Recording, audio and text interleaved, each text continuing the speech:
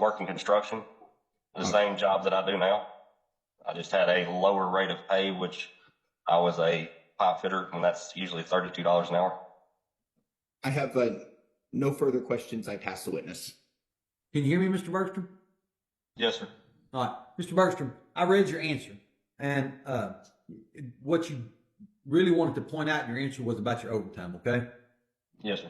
I have to point out to you, Mr. Bergstrom, that while I understand with being in the construction field a long time in my life that overtime is not guaranteed, you are earning it. And as such, your child support has to be calculated on. Okay? I mean, that's the law of the state. And so if you have a history of earning overtime, Mr. Bergstrom, then I have to use that as part of the calculation. Right now, Ms. Roberts, the children are effectively receiving state Medicaid from the state of Oregon. Is that correct? Yes, that's correct. Okay. Ms. Roberts, is there anything else you think I need to know about this case before I make a ruling? I don't think so. All right, Mr. Bergstrom, is there anything else that you think I need to know about this case before I make a ruling?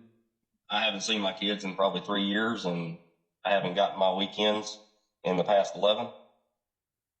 And that's because they moved to Oregon? Yes, sir. All right.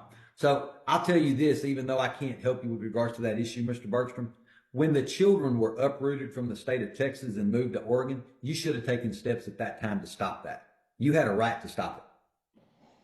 Okay? The mother's not allowed to just uproot the children and move them 2,500 miles away without getting the court's permission to do so.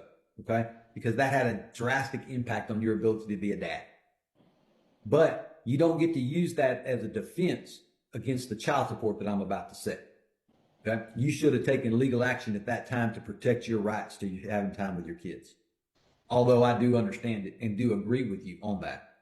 That's why we have new rules in place, Mr. Bergstrom, that basically stop parents from being able to uproot kids and move into a 2,500 miles away.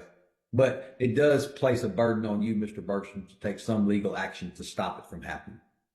Anything else, Mr. Bergstrom?